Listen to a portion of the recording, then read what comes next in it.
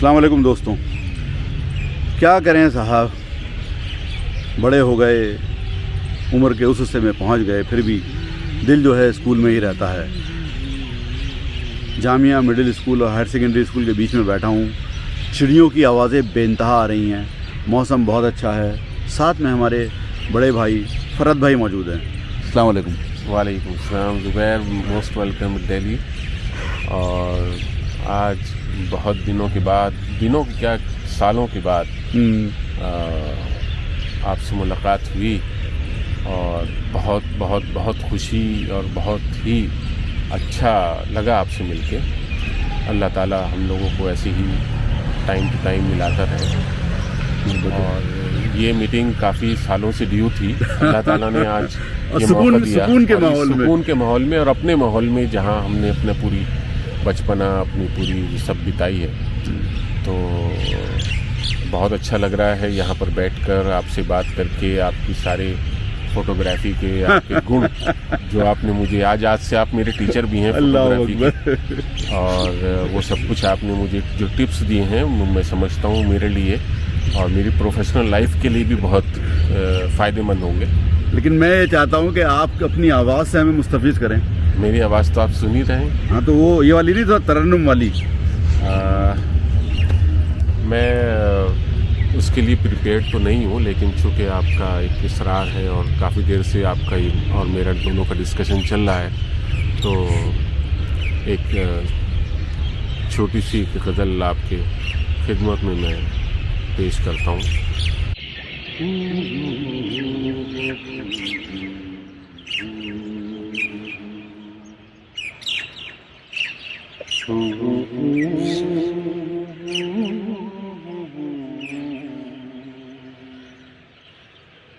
مانا کہ مجھ خاک سی بڑھ کر نہیں ہوں میں, مانا کہ مجھ خاک سی بڑھ کر نہیں ہوں میں, لیکن ہوا کے رحم و کرم پر نہیں ہوں میں, مانا کہ مجھ خاک سی. انسان ہوں دھڑکتے ہوئے دل پہ ہاتھ رکھ, انسان ہوں دھڑکتے ہوئے دل پہ ہاتھ رکھ, یوں ڈوب کر یوں ڈوب کر نہ دیکھ سمندر نہیں ہوں میں, یوں ڈوب کر نہ دیکھ سمندر نہیں ہوں میں, لیکن ہوا کے رحم و کرم پر نہیں ہوں میں, مانا کہ مجھ خاک سی.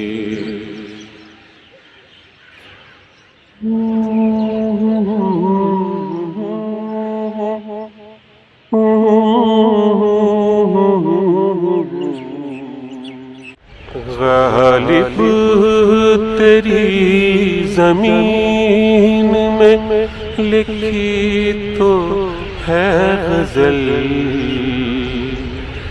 غالب تیری زمین میں لکھی تو ہے غزل, تیرے قدِ سخن کے برابر نہیں ہوں میں, تیرے قدِ سخن کے برابر نہیں ہوں میں، لیکن ہوا کے رحم و کرم پر نہیں ہوں میں، مانا کہ مشت خاک سے بڑھ کر نہیں ہوں میں، لیکن ہوا کے رحم و